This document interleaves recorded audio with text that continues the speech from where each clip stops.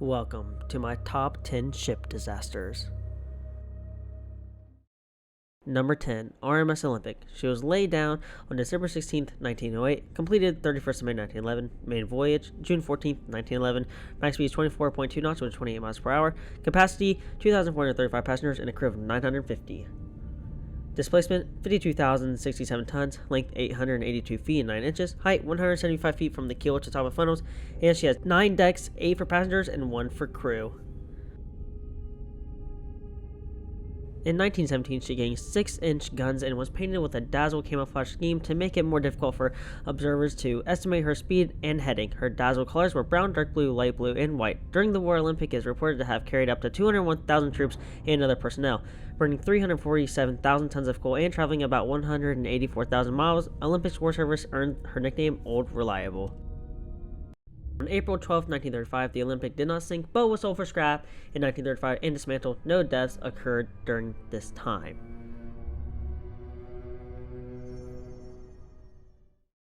Number 9, Edmund Fitzgerald. Name, SS Edmund Fitzgerald. Laid down August 7, 1957. Launched June 7, 1958. Main voyage September 24, 1958. In service June 8, 1958. Out of service November 10, 1975. Her type was a lake freighter, tonnage 13,632 tons, length 729 feet, carried 72,000 US gallons of fuel and oil, speed 14 knots, which is 16 miles per hour, and a crew of 29 on board. The National Weather Service, NWS, predicted that a storm would pass just south of Lake Superior by 7 a.m. on November 10th. Edmund Fitzgerald reported winds of 52 knots, waves 10 feet high, and shortly after 3:30 p.m., Captain McSorley radioed Arthur M. Anderson to report that the Edmund Fitzgerald was taking on water and had lost 2 vent covers and a fence railing. Arthur M. Anderson lost sight of Edmund Fitzgerald at approximately 7:10 p.m. when Arthur M. Anderson notified Edmund Fitzgerald of an unbound ship and asked how she was doing. McSorley reported, "We are holding our own, going along like an old shoe." She was never heard from again. No distress signal was received, and 10 minutes later, Arthur M. Anderson lost the ability to either reach Edmund Fitzgerald by radio or to detect her on radar. Edmund Fitzgerald was found laying in 2 large pieces in 530 feet of water. Edmund Fitzgerald is among the largest and best-known vessels lost on the Great Lakes. Number 8, HMS Branic. She was laid down the 30th of November, 1911. Launched 26th February 1914, completed the 12th of December 1915, in service the 23rd December 1915, and out of service 21st November 1916. Her class and type was the Olympic class ocean liner. Tonnage 48,158 gross registered tons, length 882 feet and 9 inches, decks 9 passenger decks, 23 knots with 26 miles per hour, which is the maximum she can go, and a total capacity of 3,309. After completing 5 successful voyages to the Middle Eastern theater and back to the United Kingdom, transporting the sick and wounded, Britannic departed Southampton for Limos at 14:23 on the 12th of November 1916. Her 6 voyages to the Mediterranean Sea. A storm kept the ship at Naples until Sunday afternoon, when Captain Bartlett decided to take advantage of the brief break in the weather and continue. The sea rose once again as Britannic left the port. There were 1,066 people on board, 673 crew, 315 Royal Army Medical Corps, 77 nurses, and the captain. At 8:12 a.m. European Eastern Time on the 21st of November 1916, HMS Branic was rocked by an explosion after hitting a mine and sank 55 minutes later. The wreck of HMS Branic is about 400 feet of water. It was discovered on the 3rd of December 1975 by Jacques Cousteau, who explored. In total, out of the 1,066 people on board, 1,036 people survived the sinking. 30 people lost their lives in the disaster. Number 7, Costa Concordia. Name, Costa Concordia. Cost, $570 million USD. Launched the 2nd of September 2005. Main voyage, July 14th, 2006. In service, July 2006. Out of service, January 13th, 2012. Her class and type, Concordia class cruise ship. Tonnage 114,147 gross tons, length 952 feet and 1 inch, decks 13, speed 23 knots, which is 26 miles per hour maximum, capacity 3,780 passengers, and a crew of 1,100. On the 13th of January 2012, under the command of Francisco Chinito, Costa Concordia departed the port that serves Rome, Italy, for a 7-night cruise. In calm seas and overcast weather, she collided with the rock off Isola del Giglio on the western coast of Italy, approximately 62 miles northwest of Rome. A 174-foot long gash was made in the port side hull along 3 compartments of the engine room, deck 0, resulting in power losses, leading to loss of propulsion and loss of electrical systems, which crippled the ship. Taking on water, the vessel listed to the port side. 24 minutes later, strong winds pushed the vessel back to Giglio Island, where she grounded 550 yards north of the village of Giglio Porto. Resting on her starboard side in shallow waters, the most of her starboard side was underwater. Almost half of the ship remained above water, but it was in danger, sinking completely into a trout 230 feet deep. Despite the gradual sinking of the ship, its complete loss in power, and its proximity to the shore in calm seas, an order to abandon ship was not issued until over an hour after the initial impact. Although international maritime law requires all passengers to be evacuated within 30 minutes of an order to abandon ship, the evacuation of Costa Concordia took over 6 hours. This accident resulted in 32 fatalities. An initial assessment by salvage export company Schmidt International estimated that the removal of Costa Concordia and her 2,380 tons of fuel could take up to 10 months. Schmidt advised that the ship has been damaged beyond the hope of economical repair and recommended it to be written off as constructive total loss. During the fuel removal operation, Schmidt reported that the ship had shifted 24 inches in the 3 weeks since her grounding, but that there was no immediate prospect of her breaking up or sinking deeper. On September 17, 2013, Costa Concordia was brought to a vertical position through a park buckling procedure. The cost for salvaging the ship increased to $799 million. On the 14th of July 2014, work commenced to refloat Costa Concordia in preparation for towing. The estimated final cost was expected to be $2 billion. On July 23rd, having been refloated, the ship commenced its final journey under a tow speed of 2 knots, which is 2 miles per hour, with a 14-ship escort to be scrapped in Genoa. It arrived at port on the 27th of July. After a 4-day journey, it was moored to a seawall at the port, awaiting dismantling process. The actions during the Costa Concordia disaster resulted the captain in a 16-year prison sentence for manslaughter. Number 6, MV Swall. Name, MV Swall. Launched 13th of April, 1994. Completed June, 1994. Her type was a RoPax ferry. Tonnage, 6,835 gross tons. Length, 477 feet, 9 inches. Speed, 21.5 knots, which is 24.7 miles per hour. Capacity, as Swall, 921 passengers, 88 cars, and 68-ton trucks. As a ferry, 804 passengers, 90 cars, and 60 trucks with a crew of 35.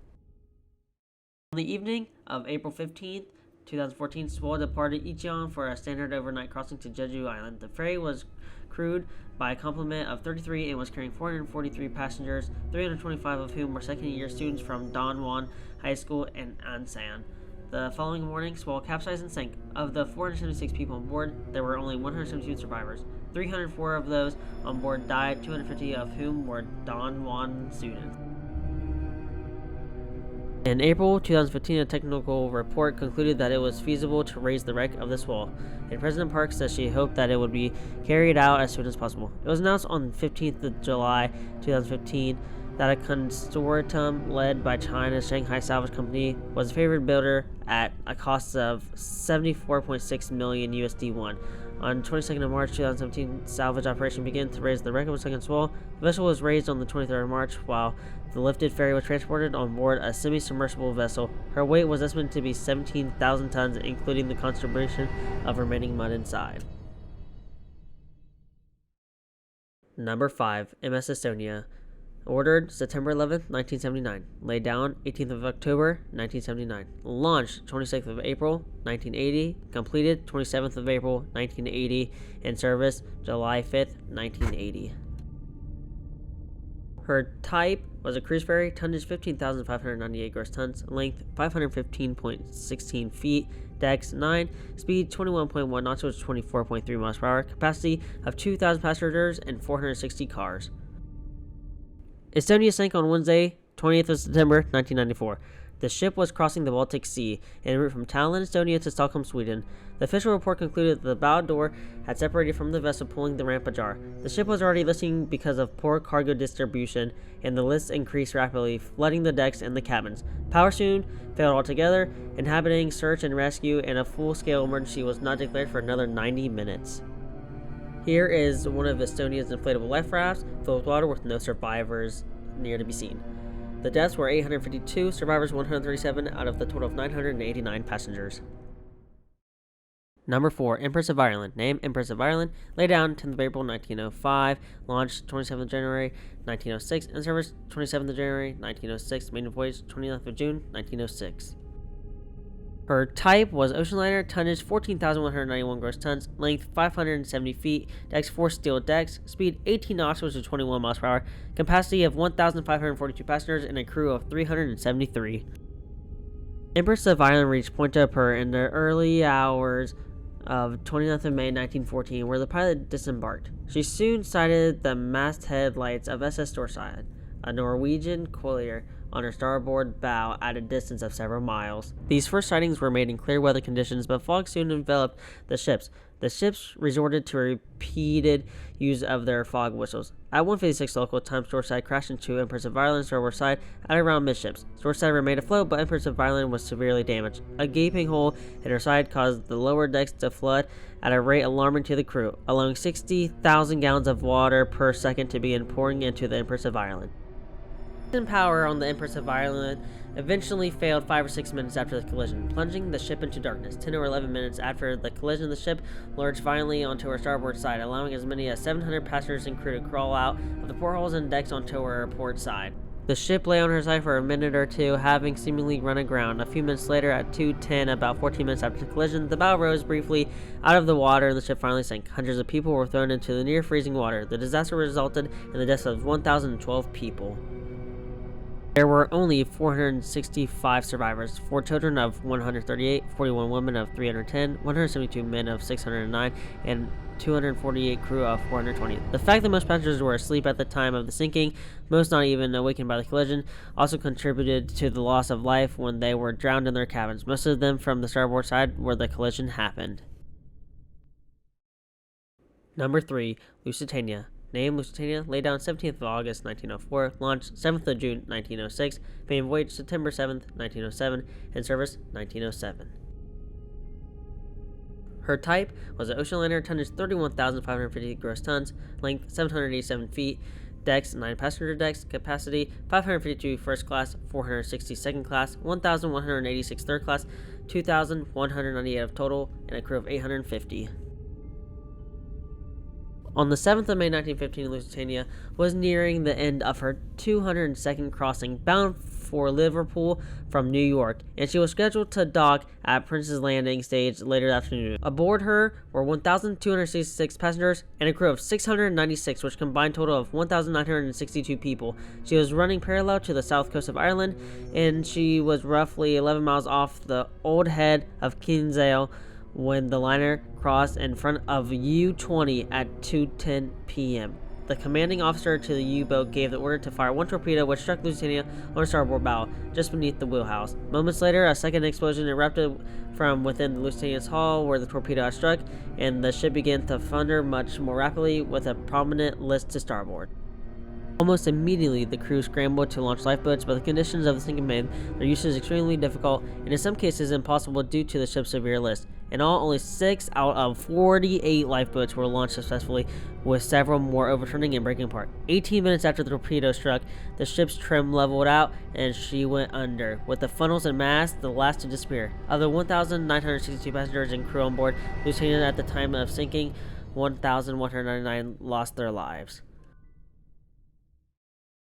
Number 2, RMS Titanic. Name, RMS Titanic. Order September 17, 1908. Laid down 31st of March, 1909. Launched 31st of May, 1911. Completed 2nd of April, 1912. Maiden voyage was April 10th, 1912. And service, 1912.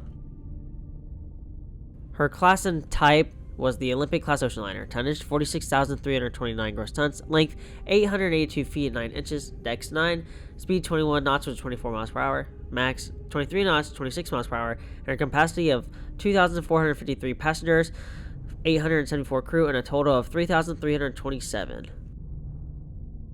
At 11:40 p.m. ship's time on April 14th, Lookout Frederick Fleet spotted an iceberg immediately ahead of Titanic and alerted the bridge. First Officer William Murdoch ordered the ship to be steered around the iceberg and the engines to be reversed, but it was too late. The starboard side of Titanic struck the iceberg, creating a series of holes below the waterline. The women and children first protocol was generally followed when loading the lifeboats, and most of the male passengers and crew were left aboard.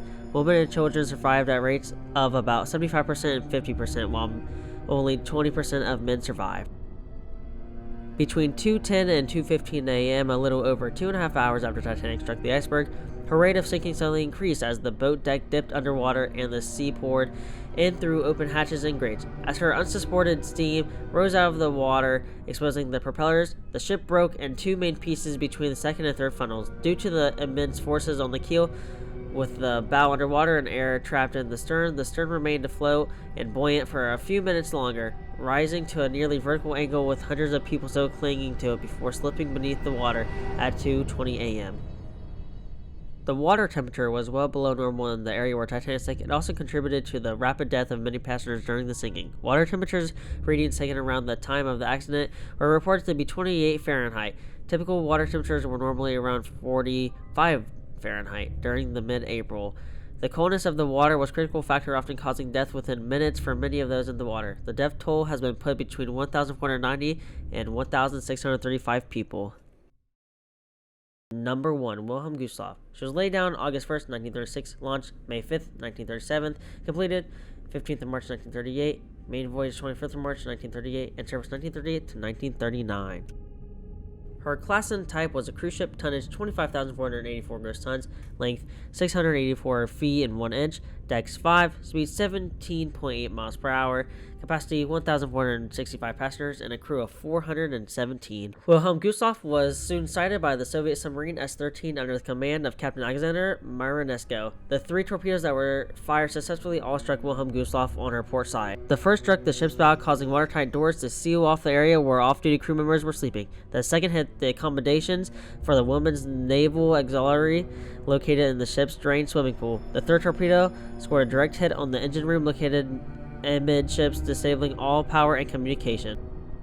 Many deaths were caused either direct by the torpedoes or drowning in the onrushing water. Some fatalities were due to the initial stampede caused by panicked passengers on the stairs and decks. Wilhelm Gusoff casualties estimated that 9,600 people died of the more than 10,600 on board. I hope you guys enjoyed my top 10 ship disasters, a short documentary. Thank you for watching, and I'll see you guys in the next one.